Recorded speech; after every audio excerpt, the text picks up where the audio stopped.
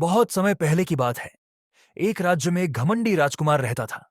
वह बहुत बलवान था और अपनी ताकत पर घमंड करता था। राजकुमार सोचता था कि दुनिया में उससे ज्यादा ताकतवर और बुद्धिमान कोई नहीं है। एक दिन राजकुमार अपने सैनिकों के साथ शिकार पर गया।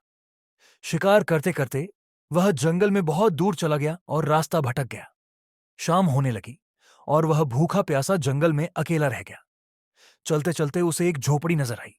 वह झोपड़ी के पास पहुंचा और दरवाजा खटखटाया। अंदर से एक बूढ़ी औरत बाहर आई।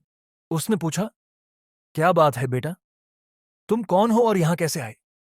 राजकुमार ने गर्व से कहा, मैं इस राज्य का राजकुमार हूं। मैं रास्ता भटक गया हूं। मुझे खाने के लिए कुछ दो और मेरे ठहरने का इंतजाम करो। बुढ़िया ने मुस्कुराते हुए कहा, राजकुमार, तुम्हारी मदद मैं जरूर करूंगी, लेकिन पहले तुम्हें मेरा एक सवाल हल करना होगा।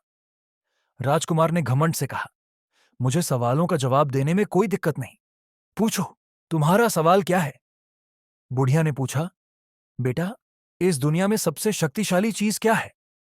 राजकुमार हंसा और बोला, यह तो आसान है। सबसे शक्तिशाली चीज ताकत है। मेरी तलवार और मेरा बल इस बात का प्रमाण है। बुढ़िया ने सिर हिलाया और कहा, गलत जवाब। जाओ, सोचो, और जब सही जवाब मिले तब वापस आना। राजकुमार चौंक गया। उसने पहली बार किसी से ऐसा सुना था। उसने सोचा, यह बुढ़िया मुझे चुनौती दे रही है। मुझे इसका सही जवाब ढूंढना ही होगा।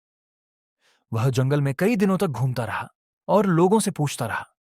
कुछ ने कहा, धन सबसे शक्तिशाली है। कुछ ने कहा, राजा की ताकत सबसे बड़ी है। लेकिन राजकुमार संतुष्ट नहीं हुआ। थक हार कर वह फिर से बुढ़िया के पास लौटा। उसने कहा, मुझे सही जवाब नहीं मिला। क्या आप मुझे इसका उत्तर देंगी? बुढ़िया मुस्कुराई और बोली, बेटा, इस दुनिया में सबसे शक्तिशाली चीज समझदारी और दया है। ताकत और धन अस्थायी है, लेकिन समझदारी से तुम किसी भी समस्या का समाधान कर सकते हो और दया से तुम लोगों के दिल जीत सकते हो। राजकुमार ने बुढ़िया की बात समझ ली। उसने महसूस किया कि ताकत और घमंड से ज्यादा जरूरी है समझदारी और दूसरों की मदद करना। वह बुढ़िया का धन्यवाद करके महल लौट आया और अपनी प्रजा के लिए एक दयालु और बुद्धिमान शासक बन गया। शिक्षा।